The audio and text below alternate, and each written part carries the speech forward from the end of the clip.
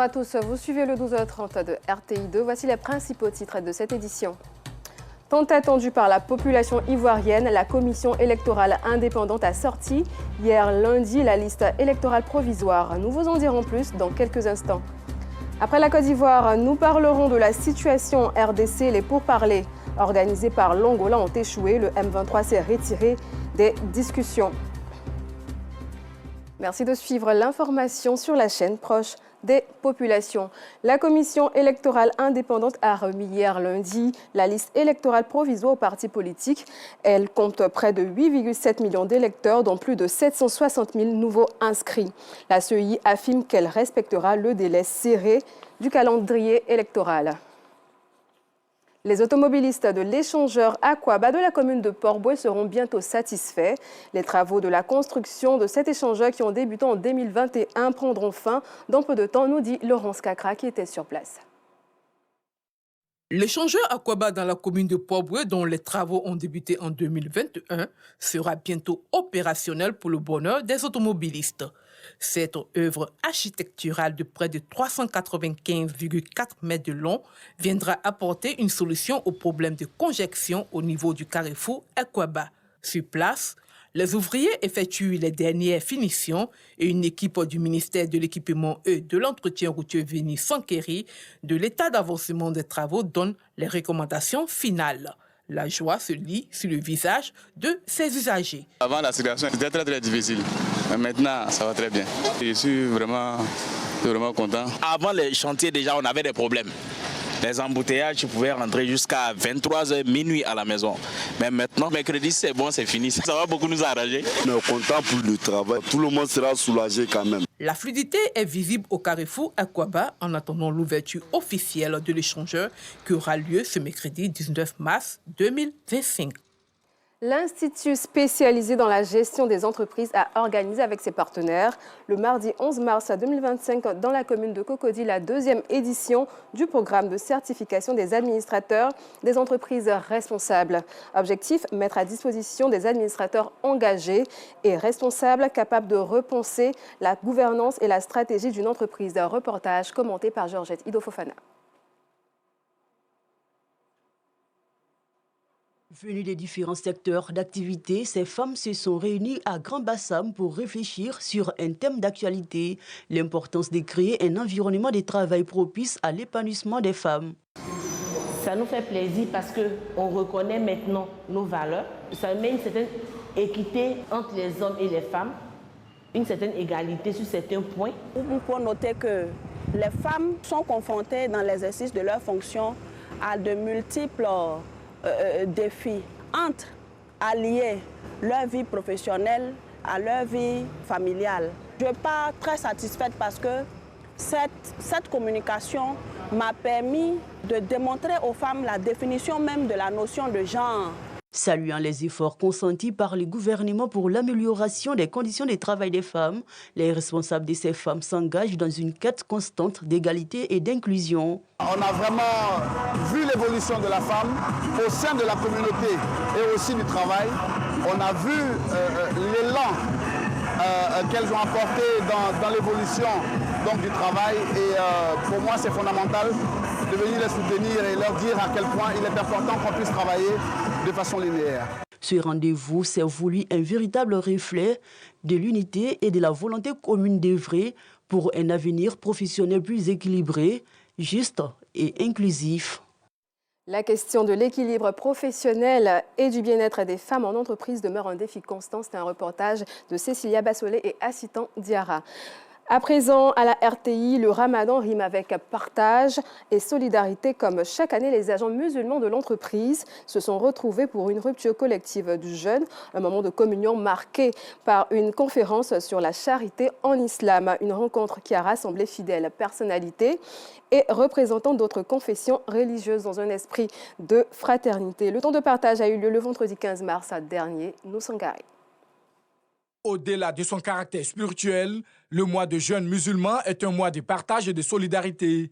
Pour la circonstance, cette année encore, la communauté musulmane des agents de la RTI se retrouve pour une rupture collective du jeûne. Chers frères et sœurs, soyons plus utiles pour nos semblables pendant ce mois de miséricorde et de piété. car notre prophète, le prophète Mohammed, paix et salut de Dieu sur lui, a dit: le meilleur d'entre nous est celui qui est utile pour son prochain, rapporté par Al-Bukhari et Muslim. Il est donc impérieux, voire nécessaire, de penser à toutes ces familles à faible revenu afin de leur permettre de vivre le jeûne du Ramadan en toute quiétude et en toute sérénité. La charité en islam, c'est la thématique de la conférence de ce moment de partage animé par le recteur adjoint de la mosquée principale du plateau. L'imam Issouf Doumbia a rappelé l'importance de la charité, de la bonté et de la générosité avant d'inviter les fidèles à faire sienne ces valeurs chères en islam. Des propos soutenus par l'honorable Drissa Traoré et le représentant de Berté Tiomoko Abdraman, respectivement président et parrain de cette rencontre de convivialité, mais aussi par Idriss Traoré, représentant du directeur général de la CNPS, patron de cette rupture collective. Nous disons à toute la communauté musulmane de la RTI et l'ensemble de son personnel que la CNPS est vraiment leur partenaire. Voilà. Donc à toute occasion, nous serons sollicités, serons là vraiment pour donner ce message-là, comme quoi la fraternité, le partage sont des valeurs qu'on doit avoir dans notre société. Ce rendez-vous du partage, qui est à sa 6e édition, a vu la présence du COSIM et de plusieurs personnalités, mais surtout des organisations sœurs de la communauté, dont la communauté chrétienne de la RTI. Toujours en religion, l'Union des femmes enseignantes des établissements confessionnels islamiques en Côte d'Ivoire a procédé ce samedi 8 mars à la mosquée de Salam du Plateau au concours de Coran et de Hadith entre les femmes afin de promouvoir le savoir religieux au niveau de la gente féminine. Une occasion de rappeler aux femmes la nécessité d'apprendre les rouages du livre saint musulman. Abdulaziz Dramé. Balkis est la gagnante de l'une des catégories du concours de lecture coranique organisé par l'Union des femmes enseignantes des établissements confessionnels islamiques en Côte d'Ivoire, IFESI. Une victoire qu'elle savoure après tant d'efforts.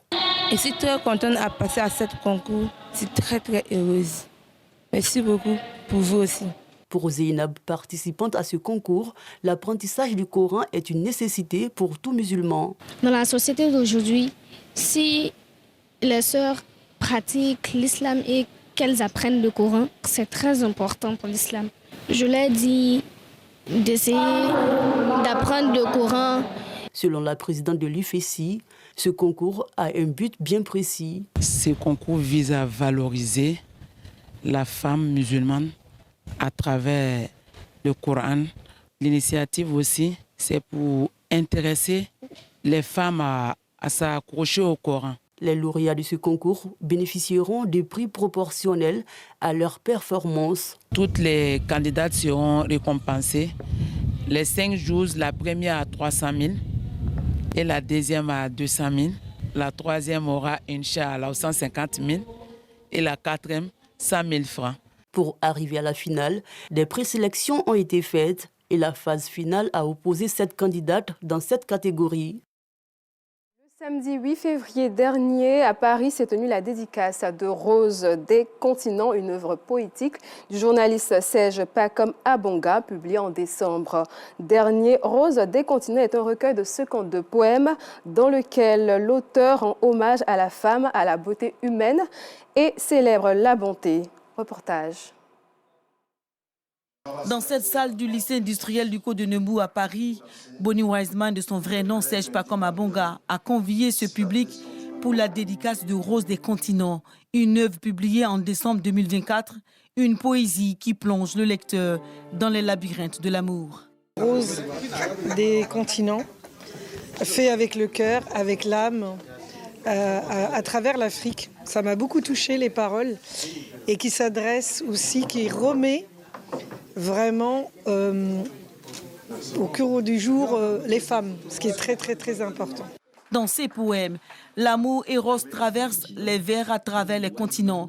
Les amours filiés estorgés s'attardent entre amis, parents pour solidifier les attentions, pendant que l'amour agapé rappelle le divin. Tout est dit avec gravité parfois et douceur infinie d'autres fois. Cette œuvre à cheval aussi entre 3 continents, ça, j'ai trouvé ça très fort. Et puis toutes ces facettes de l'amour qui sont décrites, qui soient sensuelles, platoniques. Il y a une très grande douceur en fait dans cette œuvre. Et je pense que cette douceur, c'est aussi celle de l'auteur. Les amoureux de l'amour ne se sont pas privés pour dire leur préférence. De l'amour d'un père, d'une mère, au conte des fées, pour décrire l'amour inattendu d'une inconnue au détour d'une rue, comme l'exprime Cher inconnu. L'amour y est peint dans tous ses états.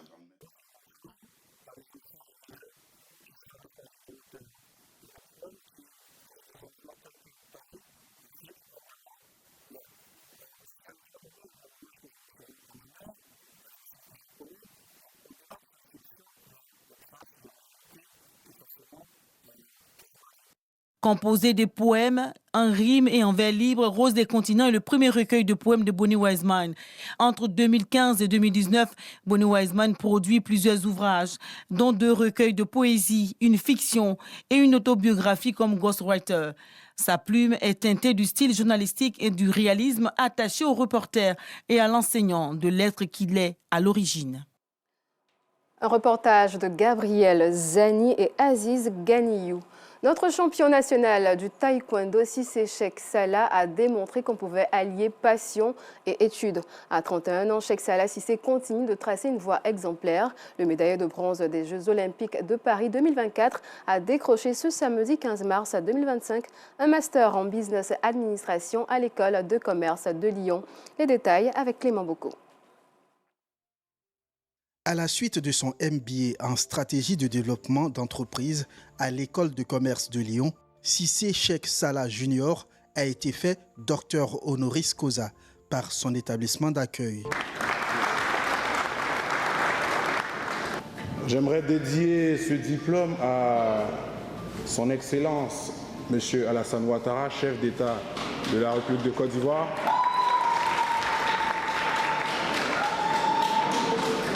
qui non seulement m'a permis de réaliser mon rêve sportif, mais aussi mon rêve académique.